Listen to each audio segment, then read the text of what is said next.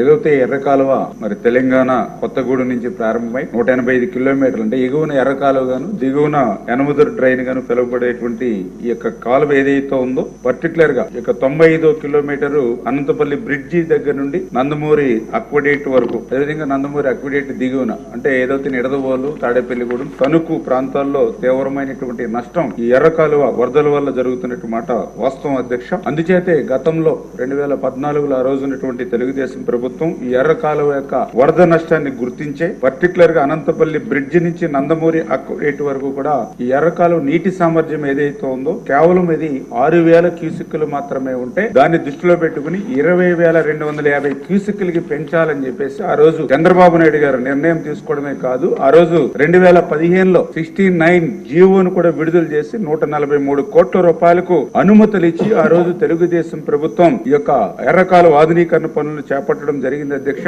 2018 సంవత్సరానికి వచ్చే సమయానికి దగ్గర 80 నుండి 90% ఈ యొక్క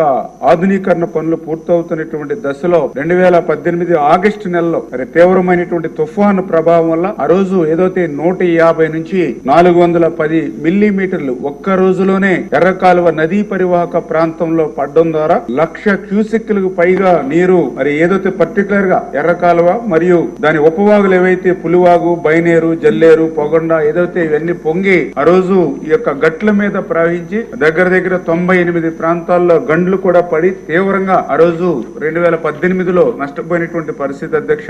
వెంటనే ఆ రోజునటువంటి తెలుగుదేశం ప్రభుత్వం 5 కోట్ల రూపాయలు నిధులు ఇచ్చి ఎమర్జెన్సీ వర్క్స్ గా ఆ రోజు కొంత టేకప్ చేయడం జరిగింది అధ్యక్ష. కానీ దురదృష్టం తర్వాత 2019లో అధికారంలో వచ్చినటువంటి వైఎస్ఆర్సీపీ ప్రభుత్వం 2019, 2024 5 సంవత్సరాల్లో సున్నా ఈ యొక్క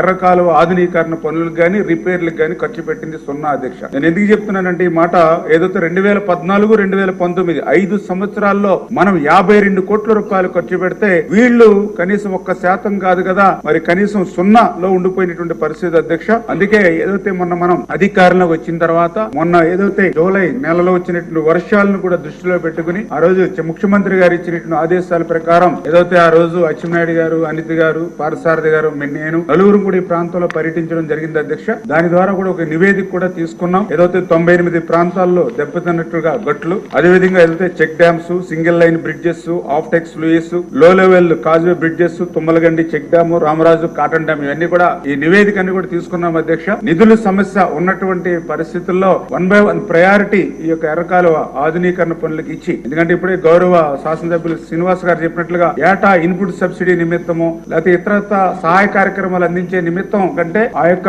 నష్టం జరిగేటువంటి పనులకి మనం నిధులు కేటాయిస్తే అటు ఇన్పుట్ సబ్సిడీ ఆదా చేసినట్టు అవుతాము, అదేవిధంగా రైతులకి నష్టం లేకుండా చేసుకెళ్తాం. కాబట్టి ఖచ్చితంగా ఈ ఎన్డీఏ ప్రభుత్వం ఎర్ర కాలువ ఆధునీకరణ పనుల మీద కూడా దృష్టి పెడతాం అధ్యక్ష.